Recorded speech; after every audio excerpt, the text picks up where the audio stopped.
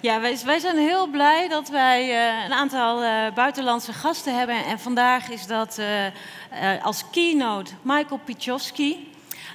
Onder andere bekend van de boeken die je hier ziet.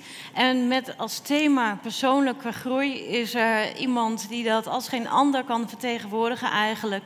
Hij heeft 8 jaar lang met Dabrowski gewerkt. Heeft 24 jaar in Polen ook gewoond. En is eigenlijk degene die ervoor heeft gezorgd dat de theorie van de positieve desintegratie, die gaat over persoonlijke ontwikkeling, en de overexcitabilities, dat die naar het Engels vertaald werden, want hij woont inmiddels al vele jaren in de US. Nou, hij gaat vandaag een keynote geven en daarin zal hij ingaan op talent development versus personal growth. En nou, ik hoop dat jullie hem van harte willen verwelkomen terwijl hij hier naar het podium komt. Michael, may I invite you to join us and share with us your experience, your wisdom over many years working on the theory of positive disintegration and personal growth as a theme in your life. And you're, well, just give you the podium so that you can do it. So here you have it. Oh, everything okay? Thank you very much, Desiree and Nora. Thank you for having me. I wanted to say good morning to you. And I feel very handicapped because I cannot tie to what Desiree and Nora were talking about because I don't know Dutch. So,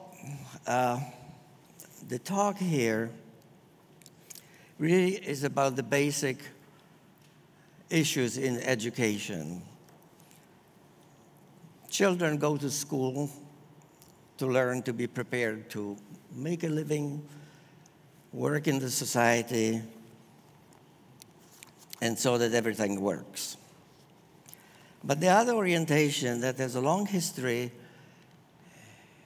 at least in Europe, is a child orientation. What does it mean to be child-centered? Well, when you think about that, it's not only to find out how the child learns, whether it has difficulties or not, or what kind of difficulties, but the whole individuality of the child. And individuality means that there's individual development, and there are no two developments that are the same. Each development is unique.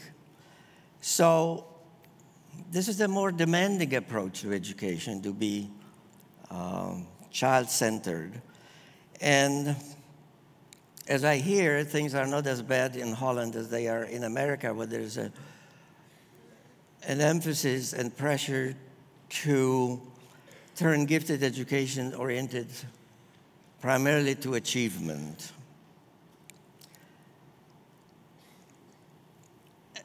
And so talent development is then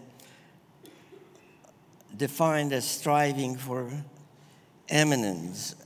And I have to quote here something which is very peculiar. That gifted children need to become eminent producers to be labeled as gifted adults. This is a very odd statement because that means that if you are not producing, you are not gifted. That means a cow that doesn't make milk is not a cow. A chicken that doesn't lay eggs is not a chicken. A bee that doesn't make honey is not a bee. This logic defies comprehension. But there's another thing which is pretty, I would say, pernicious in that, because it means that if you're not producing, you're not worth anything, okay? It is demeaning. Without notable achievement, the person is of little worth. Well, I think that we have arrived at a stage, and we have been there for a long time, saying that every human being is of equal worth, right? Because otherwise we wouldn't have human rights. We have won the human rights at the United Nations not so long ago, after World War II. So stress on achievement puts out of consideration the emotional development of the person. And we have yet to really start paying attention to emotional development of children and everyone else.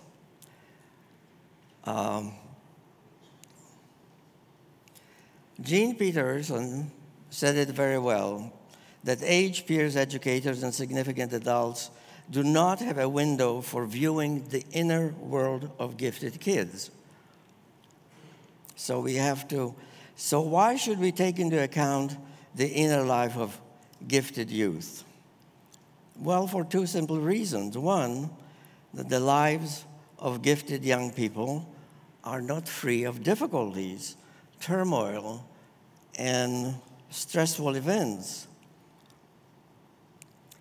And then the second thing is that they should not be left alone to bear the burden of the life difficulties, because there are deaths in families, there are serious illnesses, chronic illnesses, financial reverses, there's loss of friends, hostilities, turmoil in the country, and so on. And also for gifted children and young people, there is a big question of coming to terms with one's ability. Is it a blessing or is it a curse? And this is something you must have heard before. So if the focus on developing talent is one-sided, it can lead to loss of a proper sense of self. As one child said, "I have done everything my parents and coaches have asked me to do, expected me to do. Straight A's, success in extracurriculars, well-behaved, but I don't know who I am."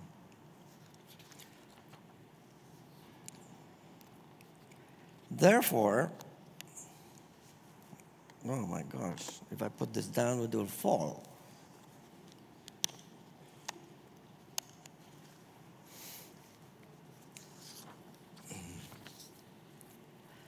This student described the consequences of following the path of being compliant, agreeing with the expectations of others, and that brings approval from adults, and the approval feels good.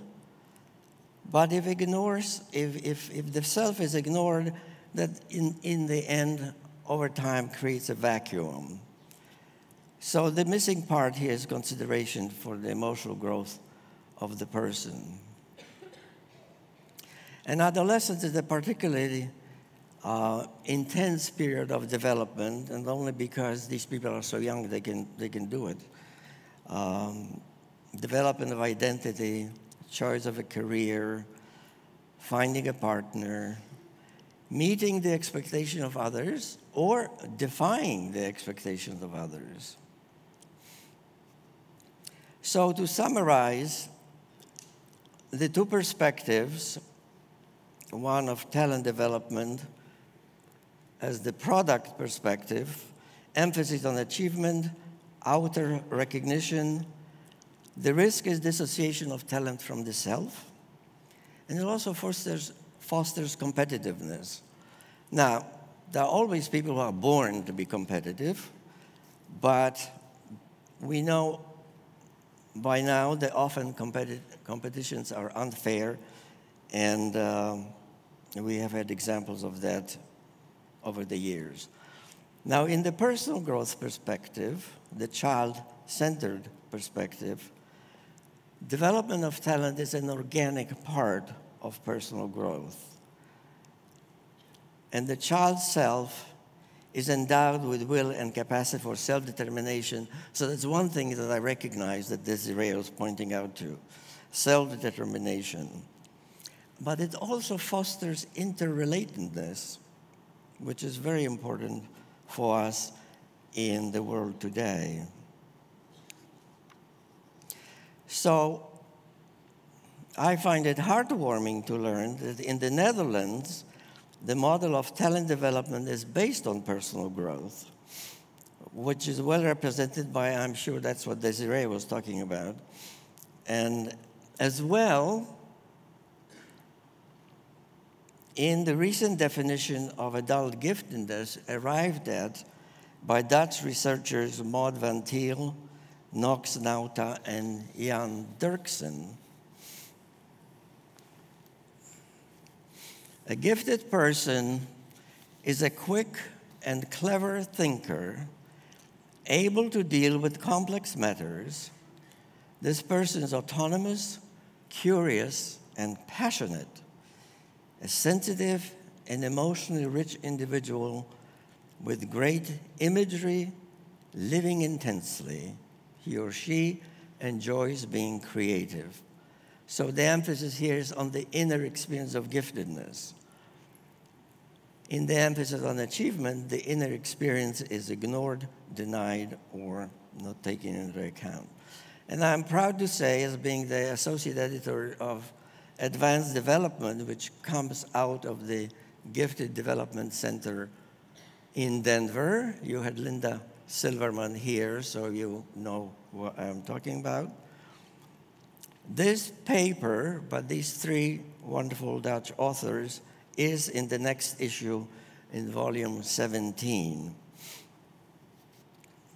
And I'm very pleased to tell you that. So we have the dilemma how to nurture talents where the self is sacrificed, or to reach the highest level of achievement with support that's supported by personal growth, because the personal growth is the foundation. And if we can learn important lessons from a study that Jean Peterson did with achievers and underachievers. She conducted hundreds of group sessions with gifted students. In the school, some of the underachievers were recognized for their ability, but they were also always told, you're wasting your potential. But other high ability students went unrecognized, and there were people, of course, that always happens everywhere, that doubted that they were even gifted. So in the discussion group, they quickly bonded together, talked very openly, readily, they laughed easily, and they shared their serious concern comfortably. And here's the important thing. They said they were used to adults not listening to them. So they were not afraid to speak candidly and with feeling. They respected each other's opinions. They were spontaneous and expressed themselves with good humor. But they were free of the pressure to compete for high achievement. So it was like they chose to be underachievers. They were more at ease with themselves, farther along in development of their identity, because they had to struggle to define themselves in opposition to significant adults. So what Jean Peterson did, she brought together a group of underachievers and a group of high achievers together. The achievers were highly competitive and argumentative. They dominated the quiet students. They lacked spontaneity. They lacked humor. They were always serious, intent of work, study, and so on. And for the most part, they have not explored the issues of their own identity or relationship with their peers. So they lacked the self-knowledge that the underachievers already had. So this is the brief comparison. The underachievers opted out of the race. As I said, they weren't used to being listened to by adults. They were not afraid to speak candidly and so on. And I already told you about the achievers. So when they were brought together, very interesting things happened, and there were surprises on both sides. At first, the achievers were quiet because they seemed uncomfortable not being in charge. What is this thing doing here? And they were surprised to find among the underachievers, equally bright, maybe even sometimes brighter than themselves, other students. And they realized, too, that the underachievers had a high level of self-knowledge that there was lacking in them, the achievers. Now, the surprise for the underachievers was to discover that the achievers suffered stress, self-doubt, anger even, depression, and fear of failure. All right? So, I'm going to skip the next slide because I want to go on to the issue of self-knowledge.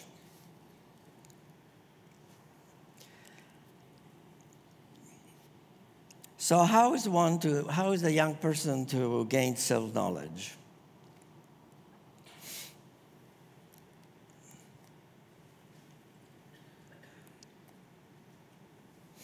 Well, one is by choosing the right parents.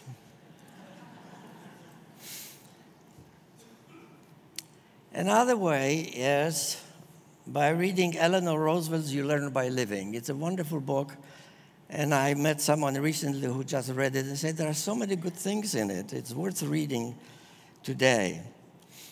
And I will talk about it in my session tomorrow afternoon. Well, if they attend the Waldorf types of school, they will gain in self-knowledge. They could become a Buddhist that will lead them to self-knowledge. Or sometimes if you are a rebel, that helps developing some self-awareness. Or by attending discussion groups based on the Essential Guide to Talking with Gifted Teens that Gene Peterson developed. And there are other approaches like that through SANG, which is the Serving Emotional Needs of the Gifted. Or by attending UNASA. Now, UNASA is a camp for highly gifted kids, 10 to 14, that we have been doing now for 16 years. And we had it 24 times because it's now twice every summer, once in Colorado, once in Michigan. So these are all the opportunities for a young person to get help in developing self-knowledge.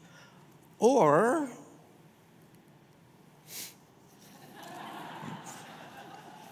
by finding a Dutch gifted coach.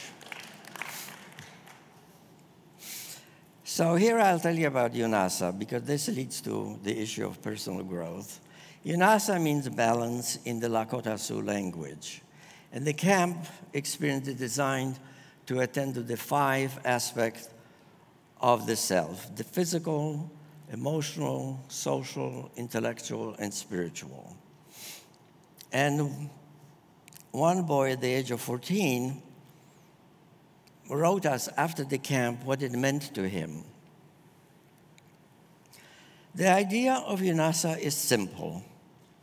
Get a bunch of gifted kids together and let them help each other grow. But it is so much more. I don't think any of us ever realized that we need to develop more than our intellect. We need to develop 5 different parts of ourselves. Maybe some of us thought that we shouldn't be so smart in one way and so lacking in other ways, but no one realized that we need help. We need to help our other aspects, like the social, emotional, or spiritual. We need them to help grow. UNASA showed us all that we need to do and could bring ourselves into balance. And that is literally what UNASA means in Lakota, balance. Nowhere else is that stressed or even noticed, he said. Balance is the heart of UNASA. So the personal growth component of UNASA, which we have a session every day, is the introduction to psychosynthesis. Anyone heard of psychosynthesis? It's an Italian invention.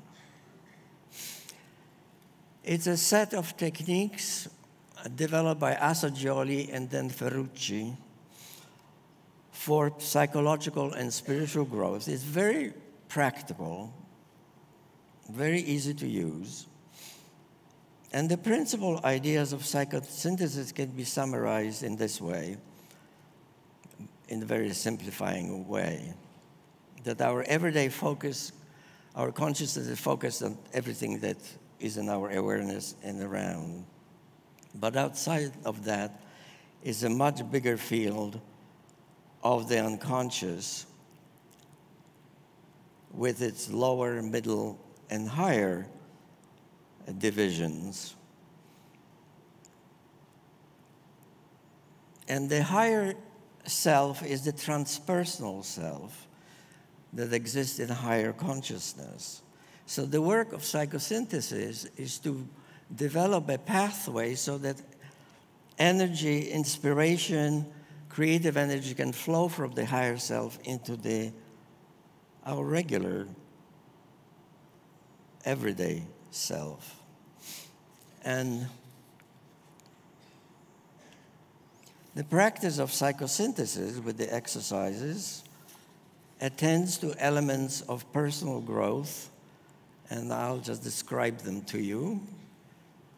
First, divided into agents and components and means, just to organize it somewhat.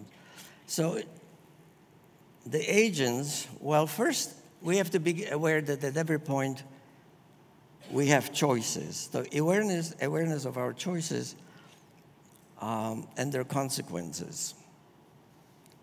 For instance,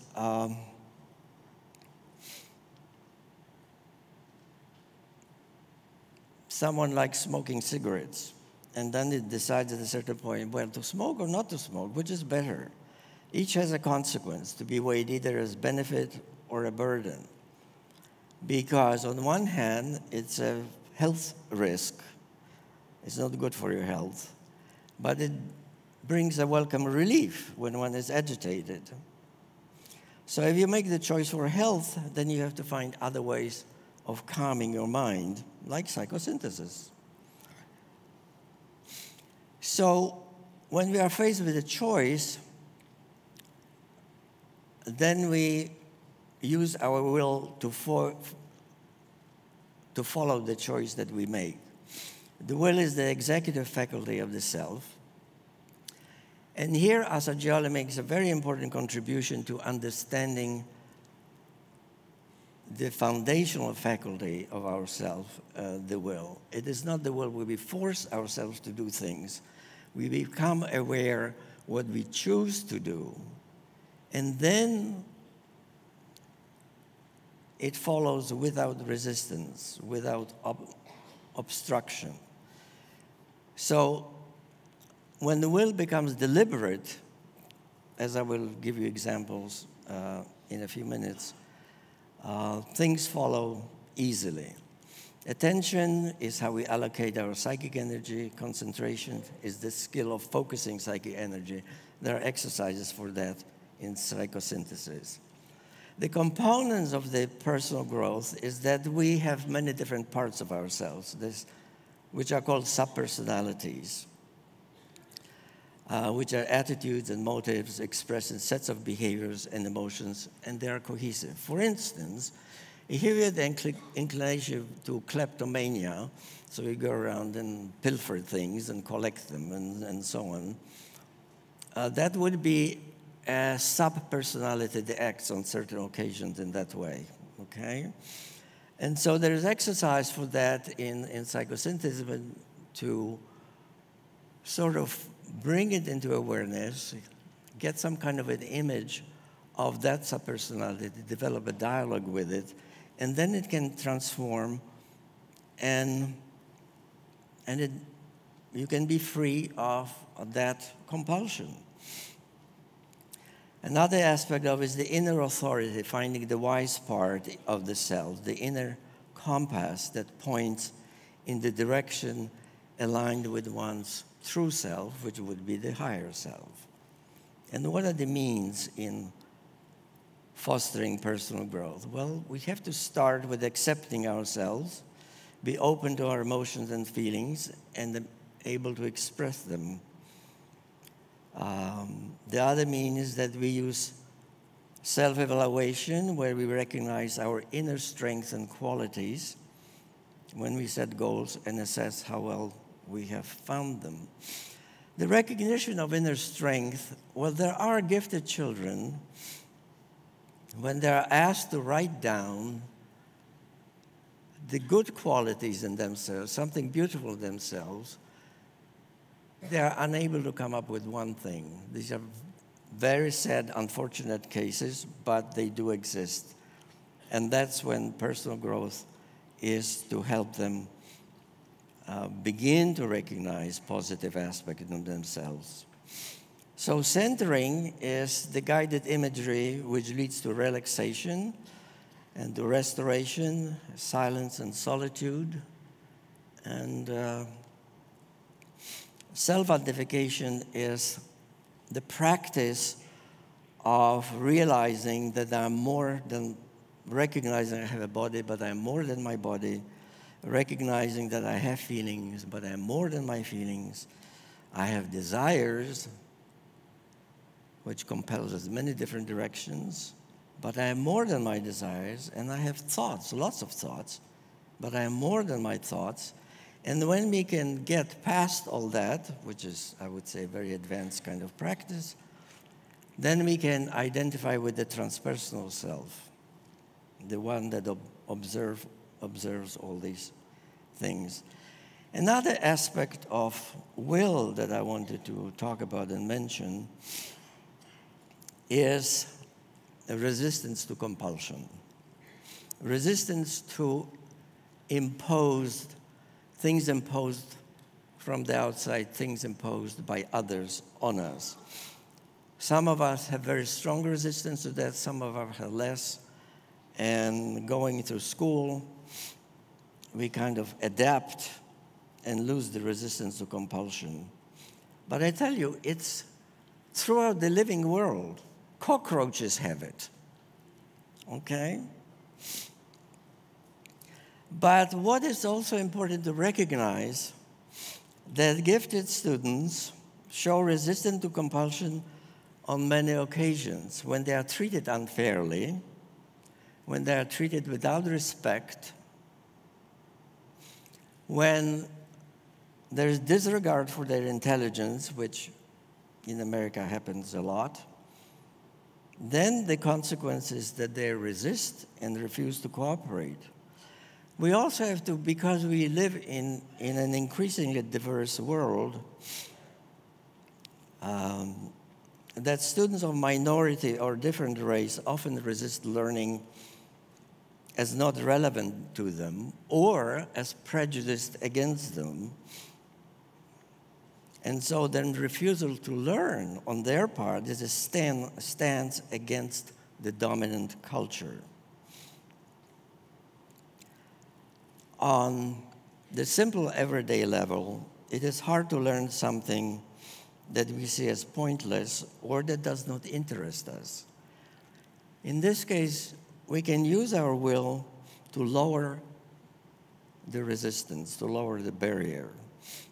And classic example of that is that so many people don't like statistics, but if you go for a master's degree or a PhD, you have to learn statistics. And for many people, the dislike creates a real block in learning this stuff, which is really nothing special. You just have to take it slow.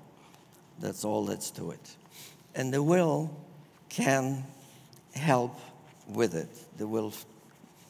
The deliberate use of your will says, okay, I'm going to put up with it and go on. So now I wanted to give you a few examples of will training to show how down to earth psychosynthesis is. What is that? Oh, we have already done that. Oh, I forgot to push the button. Sorry. Not very experienced with these things. So with will training, do something you have never done before. Well, I'm here. I've never done this before. Make a plan and then follow it. It's a very good exercise. Breaking a habit. Do something extremely slowly. Well, what do the kids at UNASA do? Choose to do, some of them readily choose to eat more slowly. Such a simple thing, but helpful and healthful, good for your health. This next one is good for the gifted kids too. Refrain from saying something you are tempted to say. That's a very good exercise for them. Say no when it's right to say no, but easier to say yes. Well, one of my students had a friend who was always borrowing money from her. And when she was taking the course at psychosynthesis with me, she decided that she's going to say no to her friend because it wasn't good for either of them. And she felt very good that she used her will to say no because it was easier to say to the friend yes, but she chose the harder thing. And here is one for people who tend to be impulsive. Postpone an action you would prefer to begin right now. And for procrastinators, begin at once an action you would prefer to postpone. Is that there? Yes. So here I'll read to you 2 examples of reports on developing will. I did breaking habit for my will exercises. Since that day, I have not picked up a cigarette. Every time I feel like I want one, all I have to do is talk myself out of it by thinking about how I have control over my life, and there is no reason why I must smoke if I really don't want to. I feel so much healthier and happier now that I have quit smoking. The will exercises have also helped me take control over my life in other ways. And here's another example. I never could have guessed the power of the will exercises. Unbelievable happiness has fallen on me as a result of them. I was able to spend time with myself instead of filling every moment with responsibilities. I was able to say no to people and know why. And through my understanding, they also understood. And procrastination became manageable, and the work simply happened.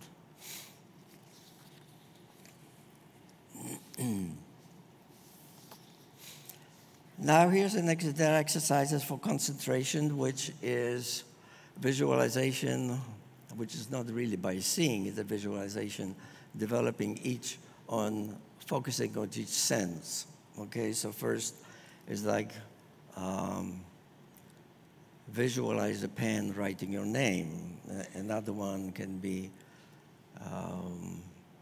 smelling an orange, all in your mind. So this is the result of that exercise. The very first realization I came to in this class was that I have 5 senses. No matter where I am, I have 5 senses. I always have access to sight, sound, touch, smell, and taste. Why didn't this occur to me before? It seemed like such a novel idea to try to imagine anything besides something visual. That's why it's called visualization, because you try to see things. So now here I'm being guided on this visualization where I have to try to evoke the scent of my favorite perfume or the feeling of shaking someone's hand. What a concept.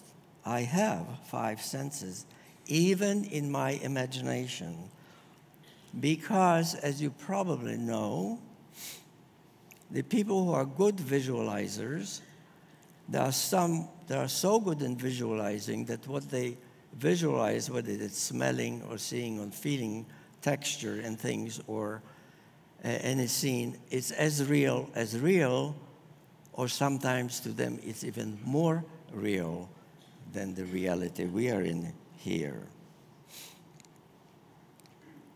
So a good part of psychosynthesis is identifying the positive and negative aspects of our personality and finding how they function in our behavior. Because these are distinct patterns of behavior and which come into activated in specific circumstances, they are called subpersonalities. I already mentioned that. For instance, a person may be careful with money, may be a good saver, but on some occasions acts the opposite by being extravagant. So this person will have two patterns of behavior, like one is thrifty, the other one is extravagant. And then in imagination, when you try allow an image to come out spontaneously, we don't create it, we just allow it to happen to us. And it can be very revealing. So, for instance, for the thrifty one, it could be a piggy bank. If you know what a piggy bank is? Where you put the money to save. Well, it used to be possible to put coins in and they would accumulate, there would be some money. Today, if you put coins in, it doesn't accumulate to anything. You have to do it differently. And the other one, for the extravagant, it could be an image of a rich man whose pockets are stuffed with money. But here, one of my students chose anger as his subpersonality. So the first step, as I mentioned, is to find an image that represents it. And then there's another exercise that when you got a good hold on the subpersonality, the image, you already know how it functions, then you go on a hike up the mountain with your subpersonality. So this is how we described it. Today I looked at anger. Now let's see, that's down here, right? Right. I have always had a fairly short temper, and many times that anger blinded me. When we were walking through the valley and looking at the mountain, all I could see was a desolate wasteland. It reminded me of a place like Death Valley. As we climbed the mountain, I could see that the entire scene was like this. When we got to the top, I asked anger why the world looked like this. He said, it is because he can mask the real view. So I asked him to remove the mask, and a beautiful landscape developed. I asked him why he does this, he, the anger, and he told me that it is really me who does it. He's just a facilitator. So this boy says, I look for the bad in certain situations and let small problem grow until it covers the whole scene and my whole life. I really got a lot out of doing this. It gave me good insight into my emotions. So as you can see, this type of exercise leads to self-discovery and to significant personal growth. So one benefit is insight and change, growthful change. And in very many cases, it's also a relaxation, the relief from stress. And gifted youth, whom you know, who cannot stop their mind from racing, find that these visualizations are effective in slowing their mind, allowing them to relax and fall asleep. They don't have to take sometimes 2 hours before they fall asleep. This facilitates it. And the other one that I mentioned was the finding inner authority, which could be a wise man or a wise woman or any other equivalent of an inner guide.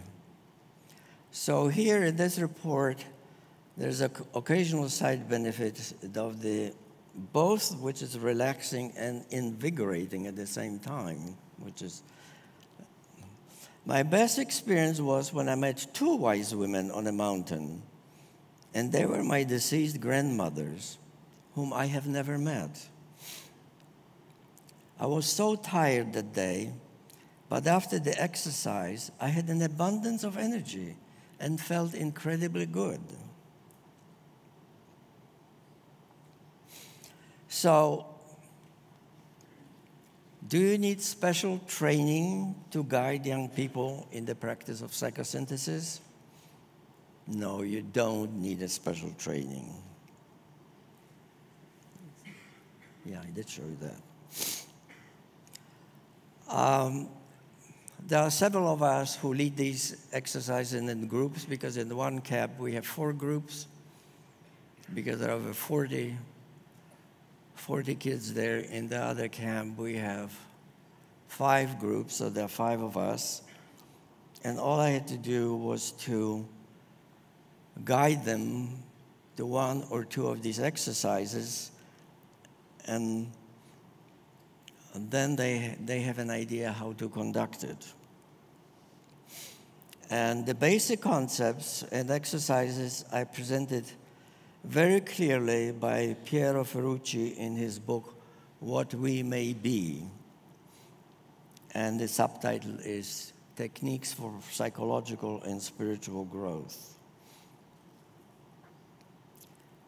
And I don't know, Eugene Gendlin, who was Carl Rogers' friend and collaborator, developed a method of focusing, which is quite similar. The thing which is helpful from him is that he gives times for different steps. And by knowing Gendlin's focusing, I was able, in writing the manual for our camp, to put in the pauses. Sometimes 5 seconds is enough, sometimes 15 works, sometimes longer time.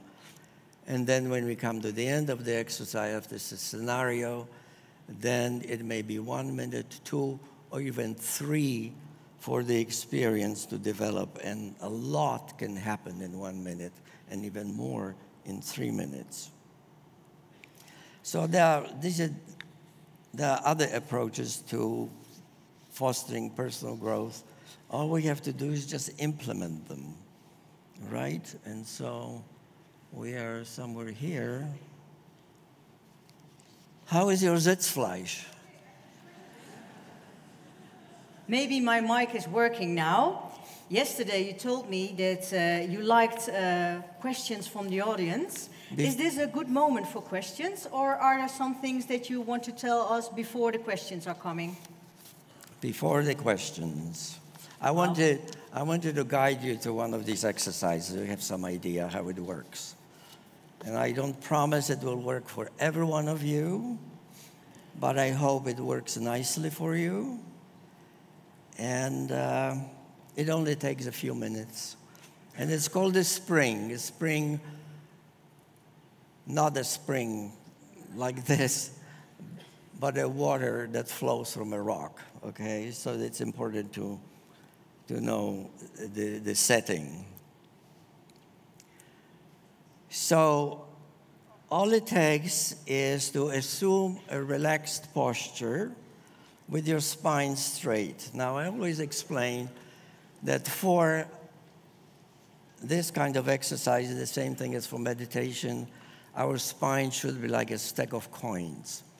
So there's no tension in keeping it upright, okay? So it's relaxed but straight. So we are both relaxed and alert at the same time. So then I mentioned something about breathing, and then I'll go to the scenario. Then at the end, I'll give you probably 1 minute for the final step. So sit up straight, close your beautiful eyes, and breathe calmly. Breathing in, I calm my body. Breathing out, I smile. Dwelling in the present moment, I know This is a wonderful moment.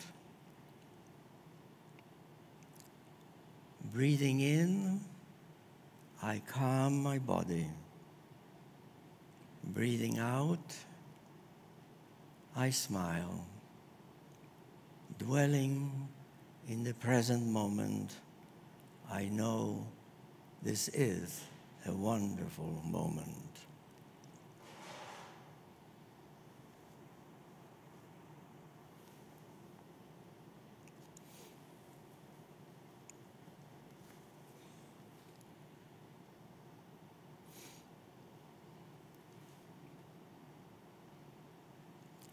Imagine a spring flowing from a granite rock. You see its pure water sparkle in the sun, and you hear its splashes in the surrounding silence. This is a special place where everything is clear, pure, more essential.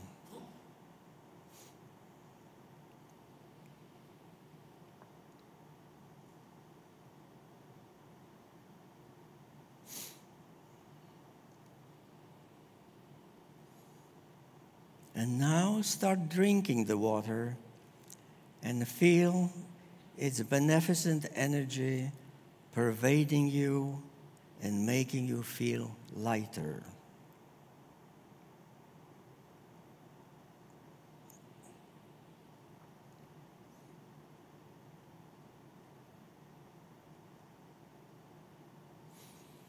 Now walk into the spring itself, letting the water flow over you. Imagine that it has the power of flowing through each one of your body cells and also in between them.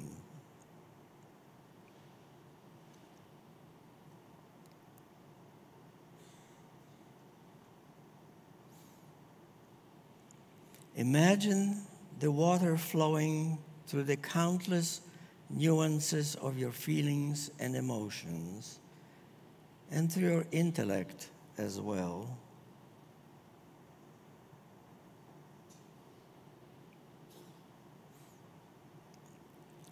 Feel this water cleansing you of all the psychic debris we inevitably accumulate day after day, all our frustrations, regrets, worries, thoughts of all kinds.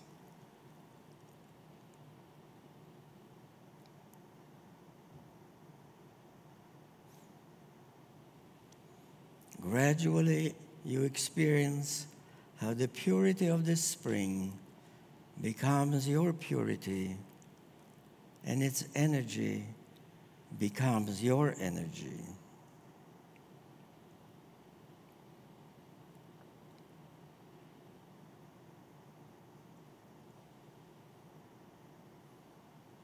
Finally, imagine that you are the spring itself, where all is possible and life is forever new.